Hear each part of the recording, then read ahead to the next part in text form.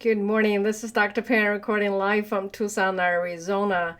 As a child who struggled in math, I remember feeling frustrated and lost without knowing what I was learning, how it all fit in together. I remember crying over the homework, and I remember the knots in my stomach whenever tests come around. So behind me, you can see I have a K through 12 math roadmap. So together we can take a journey, and it's my sincere hope this would help you and your child. Well, to start with, let's have an overview. There are 5 major milestones: K through 3rd through to 5th, and 6th to 10th, 11th through 12, and 12 and onward. So the transition points are very important.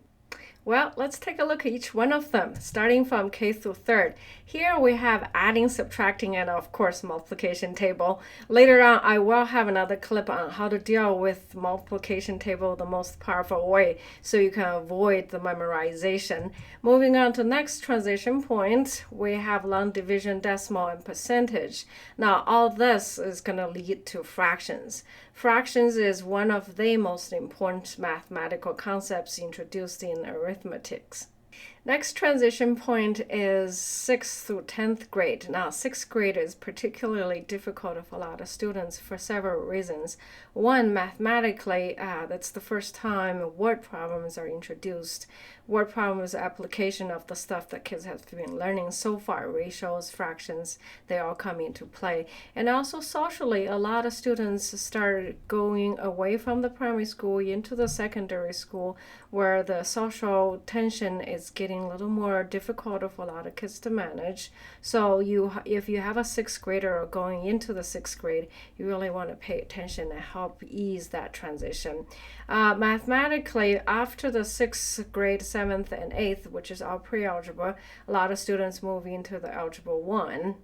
Algebra 1 is actually where all the fun stuff happens. The rubber meets the road, sort of speaking. Here we have a quadratic equation, which can describe the flight path of a football, for example. Exponents can tell us the interest rate, mortgage rate. System equations can help us model a lot of real life equations and situations. Unfortunately, geometry got stuck between Algebra 1 and Algebra 2. Now, the reason is that Algebra 1 and Algebra 2 are both needed to take an SAT and ACT, and to do well on them, both classes are needed. So students who actually return to take Algebra 2 do lose a little bit of momentum, so you want to pay attention to that. Now moving on to next milestone, 11th through 12th grade. Now those classes, Algebra 2, Trig, and Pre-Cal, is really the gateway math leading up to calculus. For students who are interested in science, engineering, sometimes law school, of course medical field, or veterinary school, this is a must gateway they have to pass. So like I said earlier, Algebra 2 students sometimes do lose a little bit of momentum because Algebra 1 it was taken a year earlier. All right, on to our last one, which is 12th grade or Calculus 1 and 2. In our high school system, Calculus 1 is the Calculus AB, and after Calculus 1, you have Calculus BC. Very few students gets into the multivariable, which is Calculus 3, but if you do, that child's application to school, to college, is really on top of the pile. There you have it. So here's our milestone, a quick recap. You want to pay attention to the transition points. So after the 3rd grade, so somewhere between 3rd to 5th, you want to pay attention. 6th grade is a critical one. And for students who are in high school, you want to pay attention right around algebra to geometry transition. I've been teaching since 2003, and from the past experience, there are 2 major points I want to share with you. The first point is this: math is different than any other subject in school in that it's sequential. So one topic is really built on top of the other.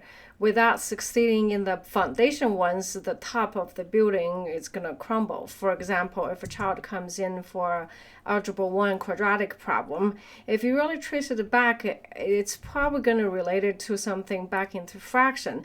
Without addressing fraction problem first, any help you give in Algebra 1 on quadratic, it's going to be hollow.